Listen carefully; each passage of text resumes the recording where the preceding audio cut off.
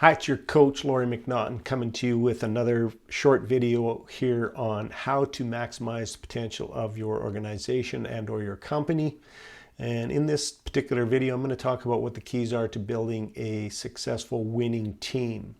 So the first key is strong leadership. So what is strong leadership? Here's what I would suggest that you do is to look back in periods of your life when somebody that you knew showed strong leadership, and or look back in history. I like to think of people like Nelson Mandela, Martin Luther King Jr., John F. Kennedy, Malcolm X, just to name a few people, and ask yourself, what are the characteristics that they showed that made them the exemplary leaders that they were?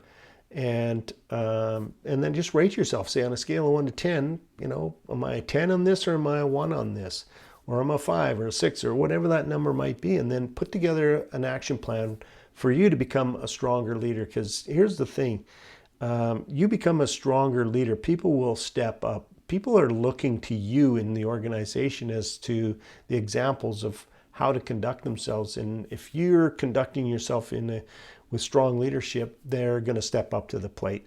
The second key, or the next key, would be have a common goal. Work with the key leaders on your team and say, what would be something that would be amazing if we were to accomplish this?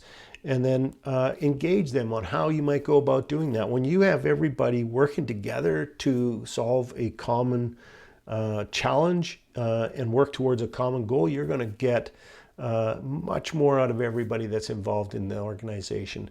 And then you need to have rules of the game. So that's, how do people conduct themselves? How do they conduct themselves in meetings? How do they conduct themselves with other team members? I always think of it from the perspective of, this is your sandbox.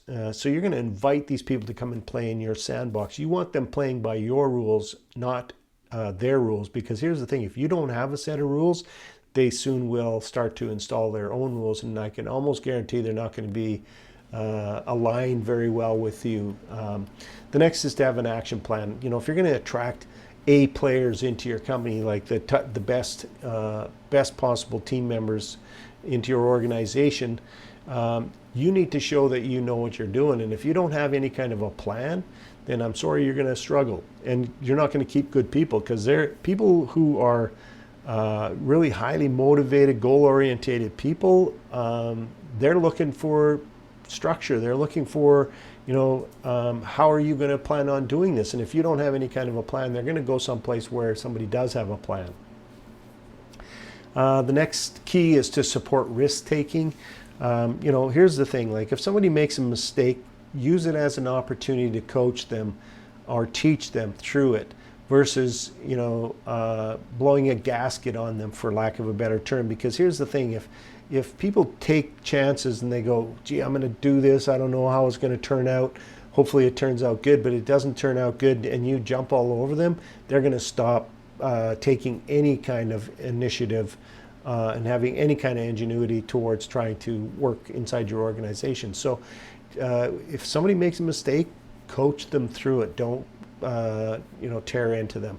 The last key to building a winning team is 100% involvement and 100% inclusion. So here's the thing. From the involvement part is you've got to get people to step up. You got to get people to say, yeah, I'll take that on.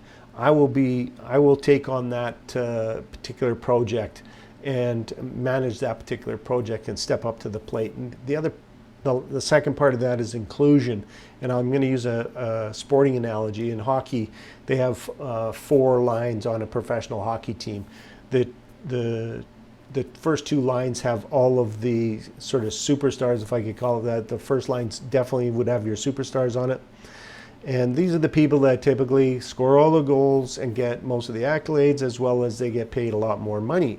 The third and fourth lines are basically there to fill out the roster, so to speak, because you can't, in a hockey game, it's a lot of action going on. You couldn't have just 2 lines playing all the time, because they'd just get to the point where they were so fatigued they wouldn't be able to play.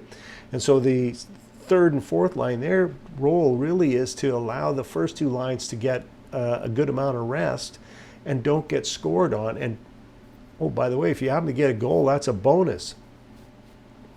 But if they feel like, they're not really included in being part of the reason why the team is winning, then they're not going to play to their full potential. And if they're not playing to their full potential, the team as a whole can't play to their full potential. So those are the keys: strong leadership, common goal, rules of the game, action plan, support risk-taking, and 100% involvement and inclusion. So if you're interested in finding out how I could help you out, help you and your team maximize your potential, just go to my website, lauriemcnaughton.com, and book a 15-minute discovery meeting. It's right on the front page. It's a 15-minute discovery meeting because you're busy, I'm busy, and I want to find out if this is something that I can help you with. And if I can help you with it, then we'll book a longer meeting where we can dive in deeper and understand more what the causes are and talk about some of the solutions. And if it's something that I can help you with, hopefully I can point you in the right direction. So again, go to lauriemcnaughton.com and pardon me, go to lauriemcnaughton.com and book yourself a 15-minute discovery meeting. Thanks. I look forward to the opportunity of being of service.